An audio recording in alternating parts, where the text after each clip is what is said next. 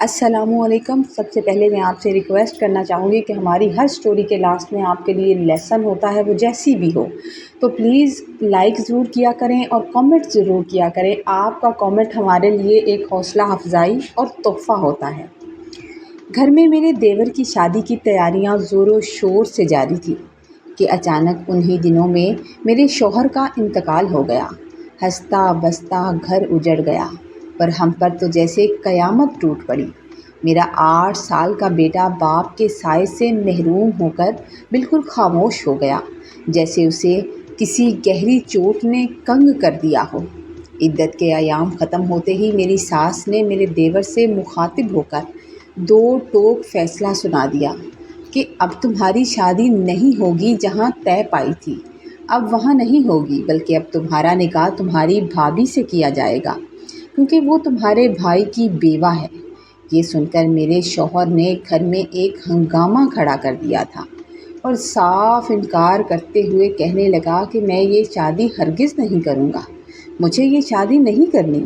اس کا کہنا تھا کہ میرا بھائی تو چلا گیا، اب آپ مجھے قربان کر رہی ہیں۔ میں بھابھی کو اپنی بھابھی سمجھتا ہوں، میں ان سے یہ رشتہ نہیں نبھا سکوں گا۔ لیکن ماں نے جذباتی طور پر مجبور کیا تو بالآخر میرا نکاح زبردستی میرے دیور کے ساتھ کر دیا گیا۔ نکاح کے فوراً بعد وہ غصے اور بیزاری کی حالت میں کچھ دنوں کے لیے کہیں چلا گیا اور پھر کچھ دنوں کے بعد وہ جب واپس لوٹا تو وہ تنہا نہیں تھا، وہ اکیلا نہیں تھا، بلکہ اس کے ساتھ تو میرے بیٹے کی عمر ابھی محض 8 سال تھی۔ جب ہمارے گھر میں خوشیوں کے ڈیرے تھے اور میرے دیور احمد کی شادی کی تیاریاں عروج پر تھیں، ہر وقت بازاروں کے چکر لگ رہے تھے، روز روز نئے جوڑے آتے، رنگوں اور ڈیزائنوں پر بحث ہوتی اور ہر طرف ایک ہی گہما گہمی کا سما رہتا تھا۔ میری ساس کی خوشی کا تو کوئی ٹھکانہ ہی نہیں تھا۔ وہ اپنے چھوٹے بیٹے کے سر پر صحرا دیکھنے کے لیے اس قدر نہال تھیں، اس قدر خوش تھیں کہ ہر وقت تسبیح پڑھتی رہتی، اللہ تعالیٰ کا شکر ادا کرتے ان کی زبان نہیں تھکتی تھی۔ وہ واقعی ایک بہت نیک دل اور شفیق خاتون تھیں۔ میں خوش قسمت تھی کہ مجھے ایسی ساس ملی تھی جنہوں نے ہمیشہ گھر کو محبت سے جوڑے رکھا تھا اور اس شادی کو لے کر ان کے ارمان دیدنی تھے۔ ہم سب کو اس دن کا انتظار تھا جب نئی بہو اس گھر میں آئے گی۔ میرے شوہر فیصل کو اپنے چھوٹے بھائی کی شادی کا مجھ سے بھی زیادہ شوق تھا۔ ہر کام وہ بھاگ کر رہے تھے۔ وہ سارا دن ادھر ادھر کے کاموں میں مصروف رہتے اور احمد کے ہر ارمان کو پورا کرنے کی کوشش کرتے تھے۔ ایک دن وہ شہر میں شادی کے سلسلے میں کچھ سامان کا آرڈر دینے کے لیے گئے، لیکن قدرت کو کچھ اور ہی منظور تھا کہ ان کا واپس آنا ممکن ہی نہ ہوا۔ واپسی پر ان کا ایک ہولناک ایکسیڈنٹ ہو گیا اور وہ خبر آئی جس نے ہمارے پیروں تلے سے زمین نکال کے رکھ دی۔ خوشیوں بھرا گھر ایک دم خاموش ہو گیا۔ جب ان کی میت گھر پہنچی تو پورے محلے میں کہرام سا مچ گیا تھا۔ ہنستا بستا ہوا گھر دیکھتے دیکھتے ماتم کدا بن گیا تھا اور ہماری ہنستی کھیلتی دنیا پل بھر میں اجڑ کر رہ گئی تھی۔ گھر کا بڑا بیٹا جو گھر کا ذمہ دار تھا وہ چلا گیا تھا، تو جیسے سب کی ہمت جواب دینے لگی تھی۔ میں تو صدمے سے جیسے سکتے کی کیفیت میں چلی گئی تھی، اور میرا چھوٹا سا بیٹا بھی اپنے باپ کے جانے کے بعد اس کے غم میں بالکل خاموش ہو گیا تھا۔ میری ساس کی آنکھوں سے آنسو تھے کہ تھمنے کا نام نہیں لیتے تھے۔ وہ بار بار اپنے جوان بیٹے کو یاد کرتی، رو رو کر نڈھال ہو جاتی۔ گھر میں ہر طرف خاموشی اور اداسی کا راج تھا۔ وہ کمرے جو کل تک کہکوں سے گونجا کرتے تھے، ان میں ہنسنے کی، مسکرانے کی، ان میں کہکے لگانے کی آوازیں گونجا کرتی تھیں، اب وہاں صرف آہوں اور سسکیوں کی آوازیں آتی تھیں۔ کسی کو کچھ ہوش نہیں تھا کہ زندگی اب کس سمت مڑے گی اور یہ دکھ کیسے سہا جائے گا۔ آخرکار فیصل کے انتقال کو ابھی صرف 10 دن گزرے تھے کہ ایک شام احمد اپنی ماں کے پاس آ کر بیٹھ گیا۔ ماں کے پاس بیٹھا اور کہنے لگا، اماں کیوں نہ آپ میرا نکاح سادگی سے کر دیں، کیونکہ 2 دن بعد تو شادی کی تاریخ ہے۔ جو ہم نے شادی کی ڈیٹ فکس کی تھی وہ قریب تھی، تو اس نے دلیل دی کہ بھابھی اور بچہ بہت پریشان ہیں، اگر سعدیہ آ جائے گی تو گھر کو سنبھال لے گی اور گھر میں سے یہ صدمے کی کیفیت ختم ہو جائے گی۔ میری ساس نے جب یہ سنا تو انہوں نے حیرت سے اپنے بیٹے کی طرف دیکھا، جیسے انہیں یقین نہ آ رہا ہو کہ احمد کیا کہہ رہا ہے، اور پھر بھرائی ہوئی آواز میں فیصلہ کن لہجے میں کہنے لگیں کہ اب سعدیہ اس گھر میں نہیں آئے گی، اس کا نصیب یہاں نہیں ہے۔ جب احمد نے غصے اور حیرت میں وجہ پوچھی تو ماں نے صاف کہہ دیا کہ اب تمہاری شادی سعدیہ سے نہیں ہوگی بلکہ تمہاری بیوہ بھابھی فرح سے ہوگی۔ یہ سنتے ہی احمد نے غصے میں پانی کا گلاس زمین پر دے مارا تھا، دیوار پر دے مارا اور دو ٹوک لفظوں میں کہہ دیا کہ وہ اپنی زندگی اس طرح برباد نہیں کرے گا، اور گھر سے چلا گیا۔ گھر میں میرے شوہر کی وفات کا دکھ تو کم نہ ہوا تھا کہ اب احمد کے بدلے ہوئے رویے نے ایک نئی مصیبت کھڑی کر دی تھی۔ وہ شخص جو پہلے ہر وقت ہنستا تھا، مسکراتا تھا، بات بات پر غصہ کرنے لگا تھا۔ گھر کی ہر چیز سے اسے چڑ ہونے لگی تھی۔ جب بھی میں اس کے آگے کھانا لے کر جاتی تو وہ غصے میں آ کر برتن دیوار سے مارتا تھا اور کہتا تھا کہ وہ یہ گھر چھوڑ کر چلا جائے گا۔ میں نے اپنی ساس کو بہت بار منع کیا تھا۔ آخر میں نے مجبور ہو کر پھر روتے ہوئے کئی بار اپنی ساس سے کہا کہ اماں، آپ اس کے ساتھ زبردستی نہ کریں، اس کا کیا قصور ہے؟ میں تو اپنے مرحوم شوہر کی یادوں کے سہارے یہ کٹھن زندگی گزار لوں گی۔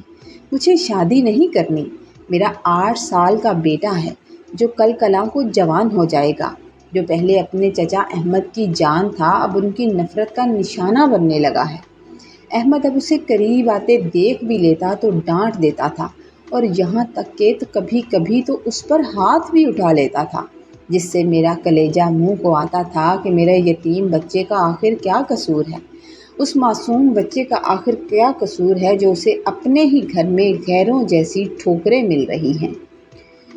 میری ساس میری طرف دیکھتی رہتی تھی، میری بے بسی ان سے دیکھی نہیں جاتی تھی۔ ایک دن میرا ہاتھ پکڑا، میرا ہاتھ تھام کر بڑے پیار سے کہنے لگی، فرح، کیا تم مجھے اپنی ماں نہیں سمجھتی؟ میں نے ہمیشہ تمہیں اپنے بیٹی کی طرح سمجھا ہے۔ میری خاموشی سے سر ہلانے پر وہ بولی کہ ایک ماں کبھی اپنی اولاد کے لیے برا فیصلہ نہیں کر سکتی۔ یہ وقت مشکل ہے، یہ مشکل وقت ہے، مگر نکاح کے بعد سب ٹھیک ہو جائے گا، وہ آہستہ آہستہ تمہاری طرف مائل ہو جائے گا۔ پھر میری ساس نے میرے والدین سے بات کہی، لیکن احمد اس فیصلے کو ماننے کو بالکل تیار نہیں تھا، اور ایک رات تو وہ غصے میں آیا اور غصے میں آ کر گھر چھوڑ کر ہی چلا گیا۔ اس کے جانے کے بعد میری ساس صدمے سے بستر پر لگ گئی تھی، ہر وقت روتی رہتی تھیں، ہر وقت پریشان رہتی تھیں، اور ان کی حالت دیکھ کر مجھے بہت ڈر لگتا تھا۔ میں نے ان کے پاؤں پکڑ کر منتیں کی کہ اماں خدا کے لیے یہ ضد چھوڑ دیں، میں اپنے بچے کے لیے جیوں گی، احمد کو اس کی مرضی کے مطابق جینے دیں، آپ ہم پر رحم کریں۔ مگر وہ ہچکیاں لیتے ہوئے کہنے لگی، بیٹا، اللہ تمہارا اور تمہارے بچے کا سہارا احمد تمہارا اور تمہارے بچے کا سہارا بن سکتا ہے، وہ اپنی پسند کی شادی بھی کر لے گا تو مجھے چلو کوئی اعتراض نہیں، میں تو بس تمہارے مستقبل کی طرف سے بے فکر ہو کر سکون سے مرنا چاہتی ہوں، ایسے تو مجھے موت بھی نہیں آئے گی۔ پورے 15 دن کے بعد احمد جب گھر لوٹ کر واپس آیا تو آخر وہ اپنی بیمار ماں کو تڑپتا ہوا کب تک دیکھ سکتا تھا۔ اسے احساس ہوا کہ اس کا گھر یہی ہے، اور اس کی ضد اس کی ماں کی جان لے رہی ہے۔ اس نے جب اپنی ماں کو نزاع کی حالت میں دیکھا، تکلیف میں دیکھا، تو اس کی ساری انا ختم ہو گئی، اور اس نے سر جھکا کر اپنی ماں کا فیصلہ قبول کر لیا تھا۔ میری ساس نے ایک لمحہ ضائع کیے بغیر اسی رات ہمارا نکاح پڑھوا دیا تھا، لیکن احمد نے مجھے بیوی کی حیثیت سے کبھی تسلیم نہیں کیا۔ نکاح کے اگلے ہی دن جب وہ دفتر گیا تو شام کو واپس آتے وقت وہ اکیلا نہیں تھا، بلکہ اس کے ساتھ اس کی منگیتر سعدیہ بھی تھی، جس سے وہ نکاح کر کے اسے ساتھ گھر لے آیا تھا۔ سعدیہ کو دلہن کے روپ میں اپنے ہی گھر میں دیکھ کر میرے دل پر گویا آرے چل گئے تھے، مگر میں نے خود کو دلاسا دیا تھا کہ یہ تو ہونا ہی تھا، یہ تو ایک دن ہونا ہی تھا جس مرد نے مجھے کبھی دل سے اپنایا ہی نہیں تھا، مجھے قبول ہی نہیں کیا تھا۔ اس کے کسی اور کے ہو جانے پر میں کیوں روتی، میں کیوں ماتم کرتی؟ میں نے خاموشی سے یہ کڑوا گھونٹ بھر لیا تھا اور اللہ سے صرف اپنے بیٹے کی اچھی تعلیم اور مستقبل کی دعا کرنے لگی تھی۔ گھر کا سارا نظام اب سعدیہ کے ہاتھوں میں آ گیا تھا۔ وہ پورے گھر پر راج کرتی تھی، کیونکہ احمد اپنے ساری تنخواہ کے پیسے اسی کے ہاتھ پر لا کر رکھتا تھا، جبکہ میں ایک کونے میں پڑی رہتی تھی۔ میری ساس اکثر احمد کو سمجھانے کی کوشش کرتی، اسے اپنے پاس بلاتی اور پیار سے سمجھاتی کہ فرح کا بھی تم پر حق ہے، مگر اس پر کسی بات کا اثر نہیں ہوتا تھا۔ بس اتنا فرق پڑا تھا کہ وہ مہینے کے آغاز میں گھر کے کسی نوکر کے ہاتھ کچھ رقم مجھے بھجوا دیا کرتا تھا، تاکہ میری اور میرے بچے کی ضروریات پوری ہوتی رہیں۔ ایک روز میری بھابھی مجھ سے ملنے کے لیے آئیں تو میرا اجڑا ہوا حال دیکھ کر تڑپ اٹھی۔ کہنے لگی، فرح، تم نے اپنی کیا حالت بنا رکھی ہے؟ سعدیہ کو دیکھو، وہ کیسے ہر وقت بند صبر کر رہتی ہے۔ تم جب تک اسی طرح میلے کچیلے حال میں رہو گی تو احمد تمہاری طرف کیوں دیکھے گا؟ اب بھول جاؤ فیصل کو۔ میں نے تلخی سے مسکرا کر جواب دیا تھا کہ بھابھی، جو مجھے اپنا مانتا ہی نہیں ہے، اس کے لیے میں کیا ہار سنگھار کروں؟ میرے بچے کی، میرے یتیم بچے کی مالی ذمہ داری اٹھا رہا ہے۔ میرے لیے تو یہی بہت ہے کہ مجھے کسی کے آگے ہاتھ پھیلانا نہیں پڑتا۔ باقی محبت تو میرے نصیب میں تھی ہی نہیں۔ اگر میرے نصیب میں ہوتی تو میرا شوہر نہ جاتا۔ ایک دوپہر میرا بیٹا عاصم باہر گلی میں کھیل رہا تھا کہ اچانک بہت زور سے روتا ہوا گھر میں داخل ہوا۔ اس کے کپڑے جگہ جگہ سے پھٹے ہوئے تھے اور گھٹنوں سے بھی خون بہہ رہا تھا۔ احمد نے جیسے ہی اسے اس حال میں دیکھا، وہ تڑپ کر اس کی طرف بھاگا اور اسے اپنی باہوں میں بھر لیا۔ آج سے وہ پھر پرانا احمد بن گیا تھا، جو اپنے بھتیجے سے بہت پیار کرتا تھا۔ میں بھی بدحواس ہو کر دوڑتی ہوئی آئی۔ جب میں نے اس سے پوچھا کہ کیا ہوا ہے تو وہ اپنی دادی سے لپٹ کر سسکیاں لیتے ہوئے بتانے لگا کہ دادی، باہر لڑکے مجھے چڑھاتے ہیں، مجھے کہتے ہیں کہ تمہارا باپ تو مر گیا اور تمہاری ماں نے زبردستی تمہارے چچا سے شادی کر لی۔ وہ معصوم بچہ ان باتوں کی گہرائی کو کیا سمجھتا، مگر طنز کے ان تیروں نے اس قدر اسے غصہ دلایا تھا کہ وہ اپنے سے بڑی عمر کے لڑکے سے بھڑ گیا تھا، جھگڑ کر گھر آ گیا تھا۔ اس صدمے اور چوٹوں کی وجہ سے اسے تیز بخار چڑھ گیا تھا، اور اس دن زندگی میں پہلی بار احمد مجھے اور عاصم کو ساتھ لے کر ہاسپٹل گیا تھا۔ وہاں جس طرح احمد نے عاصم کا خیال رکھا، اس کی پٹیاں کروائیں اور اسے دلاسا دیا، اسے دیکھ کر میری آنکھوں میں آنسو آ گئے تھے، اور میں نے دل ہی دل میں اللہ کا شکر ادا کیا تھا کہ میری ساس نے شاید میرے یتیم بچے کے سر پر ایک مضبوط سائے کے لیے یہ سب کیا تھا۔ وقت گزرنے کے ساتھ ساتھ میرے دل میں اکثر یہ خوف پیدا ہوتا تھا کہ اگر احمد کی اپنی اولاد ہو گئی تو شاید وہ میرے عاصم کو بھول جائے، شاید وہ میرے بیٹے کو وہ اہمیت نہ ملے جس کا وہ حقدار ہے۔ انہی دنوں سعدیہ نے اپنی آمد اولاد کی خوشخبری سنا دی، جس سے گھر بھر میں خوشی کی لہر دوڑ گئی تھی۔ احمد بہت خوش تھا، ظاہر سی بات ہے وہ اس کی اپنی سگی اولاد تھی، مگر ساتھ ہی گھر کی تمام ذمہ داریاں بھی میرے کندھوں پر آ گئی تھیں۔ میں نے خوشی خوشی تمام کام سنبھال لیا تھا، کیونکہ میرے پاس خدمت کے علاوہ اور تھا ہی کیا۔ میں سارا دن کچن اور صفائی میں جٹی رہتی تھی، جبکہ سعدیہ کو مکمل آرام دیا گیا تھا۔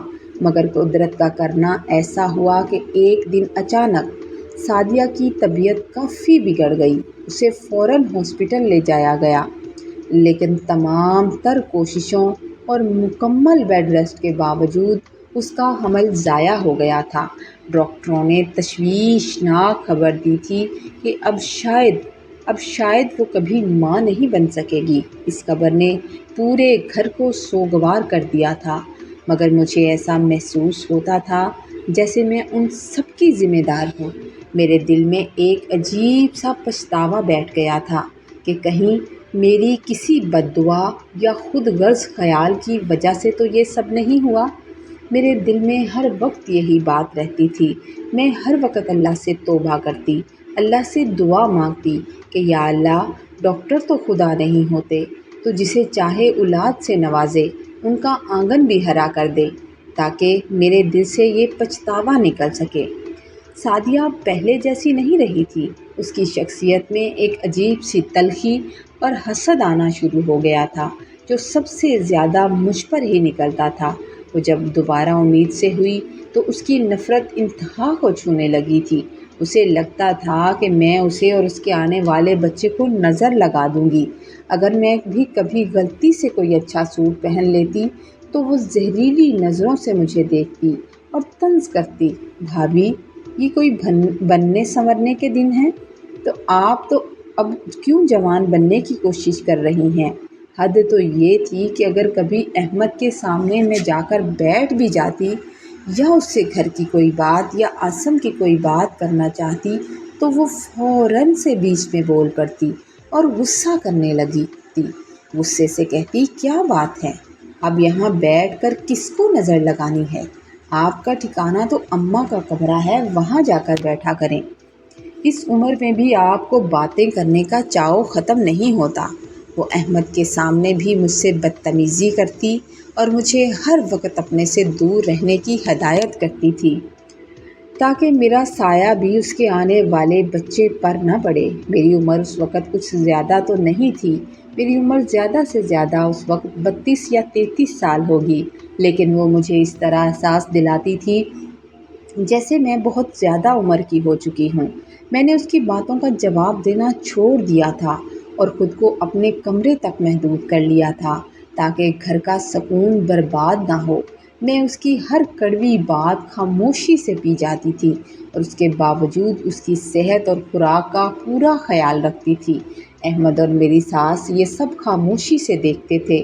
احمد کے دل میں شاید میرے لیے تھوڑی بہت جگہ بننا شروع ہو گئی تھی، مگر سعدیہ کا شک، اس کی نفرت کی دیوار اتنی اونچی تھی کہ وہ چاہ کر بھی میری طرف بڑھ نہیں پاتا تھا، بس خاموشی سے دیکھ کر گزر جاتا تھا۔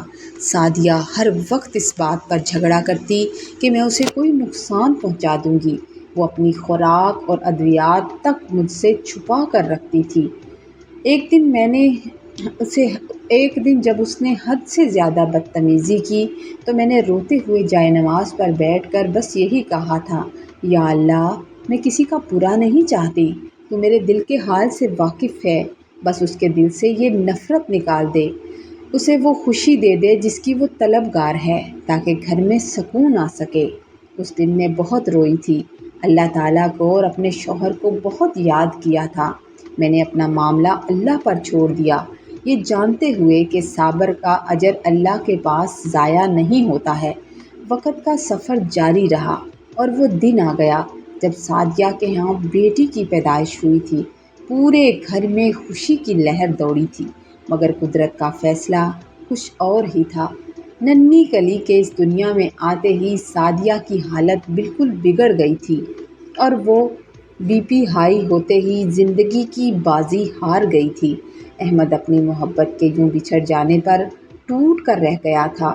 وہ کئی دن خاموش رہتا اور اپنی نومولود بیٹی کو دیکھ کر روتا رہتا تھا۔ ایسے کٹھن وقت میں نے اپنی تمام تلخیاں پسے پشت ڈال دیں اور اس بچی کو اپنی گود میں لیا تھا۔ میں نے عہد کیا تھا کہ میں عاصم اور اس بچی میں کبھی فرق نہیں کروں گی۔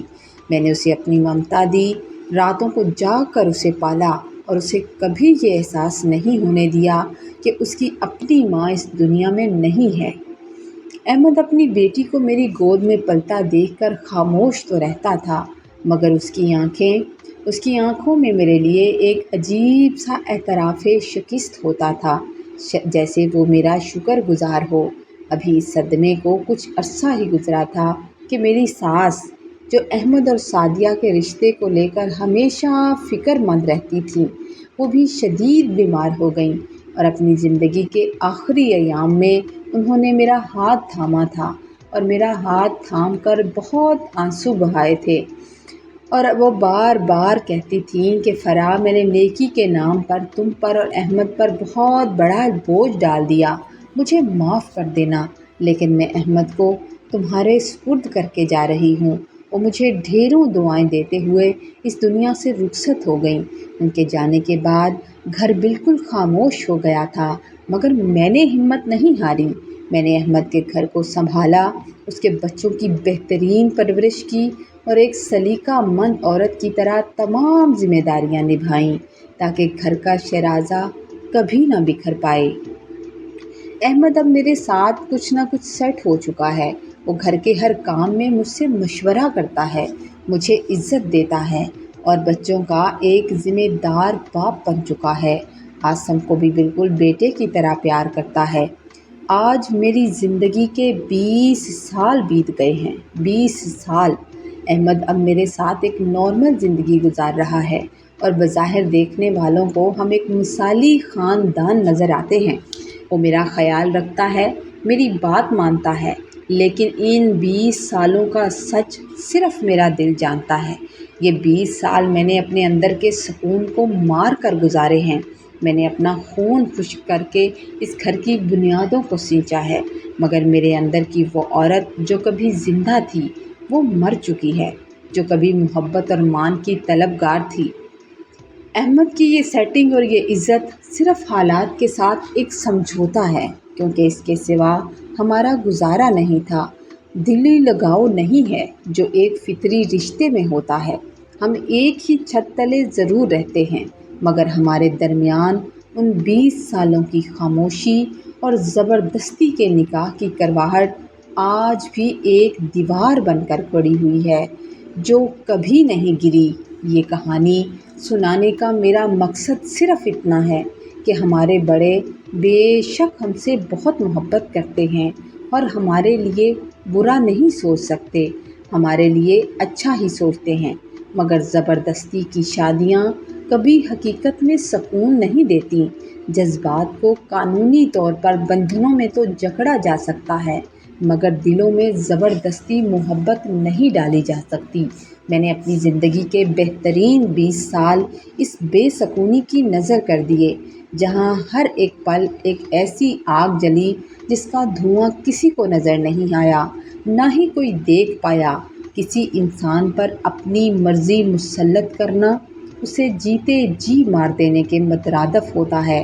سہارا دینے کے لیے کسی کا وجود مٹانا انسانیت نہیں ہوتی، بلکہ ایک ایسی سزا ہے جو نسلوں تک اپنا اثر چھوڑتی ہے۔ رشتوں کی